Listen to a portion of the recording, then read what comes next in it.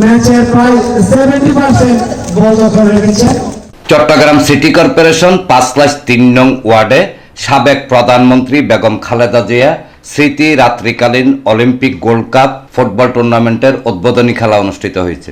এই খেলাটা উপভোগ করছেন সেজন্য আমি ধন্যবাদ জানাচ্ছি। শনিবার সন্ধ্যায় ওয়াজাদিয়া এলাকার এল ক্লাসিকো মাঠে ওয়ার্ড যুবদল ছাত্রদলের উদ্যোগে এই উদ্বোধনী খেলা অনুষ্ঠিত হয়। উদ্বোধনী অনুষ্ঠানে প্রধান অতিথি ছিলেন চট্টগ্রাম ৮ আসনের সাংসদ ও চট্টগ্রাম মহানগর বিএনপির আহ্বায়ক আলহাজ এরশাদুল্লাহ। অনুষ্ঠানের উদ্বোধন করেন বায়েজিদ থানা বিএনপির সাবেক সাধারণ সম্পাদক ও বিশিষ্ট সমাজসেবক আব্দুল কাদের জসিম। বেগম খালেদা জিয়ার নামে যে ফুটবল টুর্নামেন্ট দেওয়া হয়েছে ওনাকে স্মরণ করে আমি টুর্নামেন্ট কমিটিকে ধন্যবাদ জানাচ্ছি, কারণ এমন এক মহিষী নারীর নামে যিনি বাংলাদেশে অনেক অবদান রেখেছে। বাংলাদেশে উনি যখন 3 বারের প্রধানমন্ত্রী ছিলেন, বাংলাদেশের খেলাধুলার ব্যাপারে, অর্থনীতির ব্যাপারে, সামাজিক অঙ্গনে, শিক্ষার অঙ্গনে, স্বাস্থ্যর অঙ্গনে, কৃষির অঙ্গনে উনি অনন্য অবদান রেখেছেন এবং আজকে আমরা বিশেষ করে তাকে স্মরণ করছি।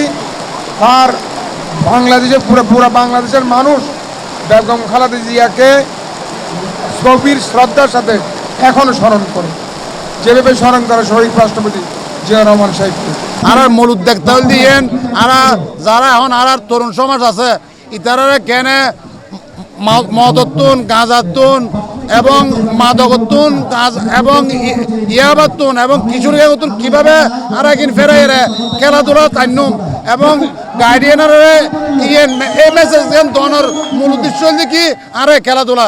বিশেষ অতিথি ছিলেন চট্টগ্রাম মহানগর বিএনপির যুগ্ম আহ্বায়ক মোহাম্মদ আশরাফ আলী, নগর বিএনপি সদস্য ও বেসরকারি কেন্দ্রীয় কারা পরিদর্শক জাফর আহমদ, নগর বিএনপি সদস্য আবু ইউসুফ, নগর বিএনপির সাবেক সহসাধারণ সম্পাদক শামসুল আলম ও আলহাজ জিএম আইয়ুব খান, বায়েজিদ থানা বিএনপির ক্রীড়া সম্পাদক লিয়াকত আলী জসিম, ক্রীড়া সংগঠক জসিম উদ্দিন, ৫/৩ নং ওয়ার্ড বিএনপির সাবেক সভাপতি মোহাম্মদ ইলিয়াস, সাধারণ সম্পাদক আবুল কালাম, বায়েজিদ থানা বিএনপি নেতা মোহাম্মদ ইসমাইল, ৫/৩ নং ওয়ার্ড বিএনপির আহ্বায়ক শামসুল আলম, সদস্য সচিব সুলাইমান বাদশাহ, যুগ্ম আহ্বায়ক মহিউদ্দিন জুয়েল, চট্টগ্রাম মহানগর ছাত্র দলের যুগ্ম আহ্বায়ক এম এ হাসান বাপ্পা, বায়েজিদ থানা স্বেচ্ছাসেবক দলের সদস্য সচিব আব্দুল খালেক সহ আরও অনেকে।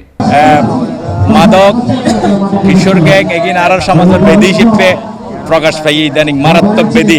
এই বেদিতুন এই যুব সমাজরে তরুণ সমাজরে দূরে রাইবার বলে খেলাধুলা খুবই দরকারি। যুব সমাজ যে মাদকের বিরুদ্ধে অবক্ষয় হয়েছে, মোবাইলের প্রতি অবক্ষয় হয়েছে, যে সন্ত্রাস চাঁদাবাজের প্রতি যুব সমাজ দাবিত হচ্ছে, আরও চাইছি খেলাধুলার মাধ্যমে তারা ফিরে আসুক এবং আমাদের মাননীয় সংসদ আর আশ্বস্ত হই ৫/৩ নম্বর ওয়ার্ডের এখান খেলার মাঠ নাই, আর মেয়রেরও দাবি জানাইলাম, আশা করি অতি সত্তরই মাঠের ব্যবস্থা করিব। আজ যুব সমাজ হল খুবই গুরুত্বপূর্ণ। এখন ইহলি ৩ নম্বর ওয়ার্ডের মধ্যে এখন মাঠ নাই, খেলার এখন মাঠ নাই। জিএ নাসিরউদ্দিন বালিকা উচ্চ বিদ্যালয় যে মাঠখান আছে, এই মাঠখান যদি এখানে যদি সংস্কার করে দেওয়া যায় তাহলে হয়তো যুব সমাজ কিছুটা হইলেও কি এখানে স্বস্তি পাইব। আর সাইডে ব্যাক কোনো খেলাধুলা যদি করে সচেতন নাগরিক যারা আছে তারা প্লেয়ার বানাইব, ফুটবলার বানাইব, ক্রিকেটার বানাইব, ব্যাডমিন্টন, ক্রিকেট যা যেদূর ইয়ে করে খেলাইব। মাদক এই যুব সমাজকে ধ্বংস করে দিচ্ছে। মাদকের টাকা জোগাড় করতে গিয়ে তারা পরিবারের উপর নির্যাতিত করছে। অনেকখানে দেখা গেছে যে ওরা মা বাপকে খুন করছে শুধু মাদকের জন্য। যদি ওরা খেলার প্রতি খেলাধুলা করে তাহলে তারা মাদক থেকে দূরে থাকতে পারবে। এছাড়া বায়েজিদ থানা ছাত্র দলের আহ্বায়ক ও টুর্নামেন্ট আয়োজক কমিটির সদস্য এস এম নোমান, যুবদল নেতা ও টুর্নামেন্ট কমিটির সদস্য আবুল কালাম নিজামী, মহিউদ্দিন নিজামী, আরশো খান, বায়েজিদ থানা ছাত্র দলের যুগ্ম আহ্বায়ক ও টুর্নামেন্ট কমিটির সদস্য আল হানিফ, ইসলামিয়া কলেজ ছাত্র দল নেতা ও টুর্নামেন্ট কমিটির সদস্য জাহেদ হোসেন ইফতি, জাকির হোসেন, রিয়াদ, মোহাম্মদ মামুন, মোহাম্মদ পারভেজ সহ অন্যান্য নেতৃবৃন্দ উপস্থিত ছিলেন।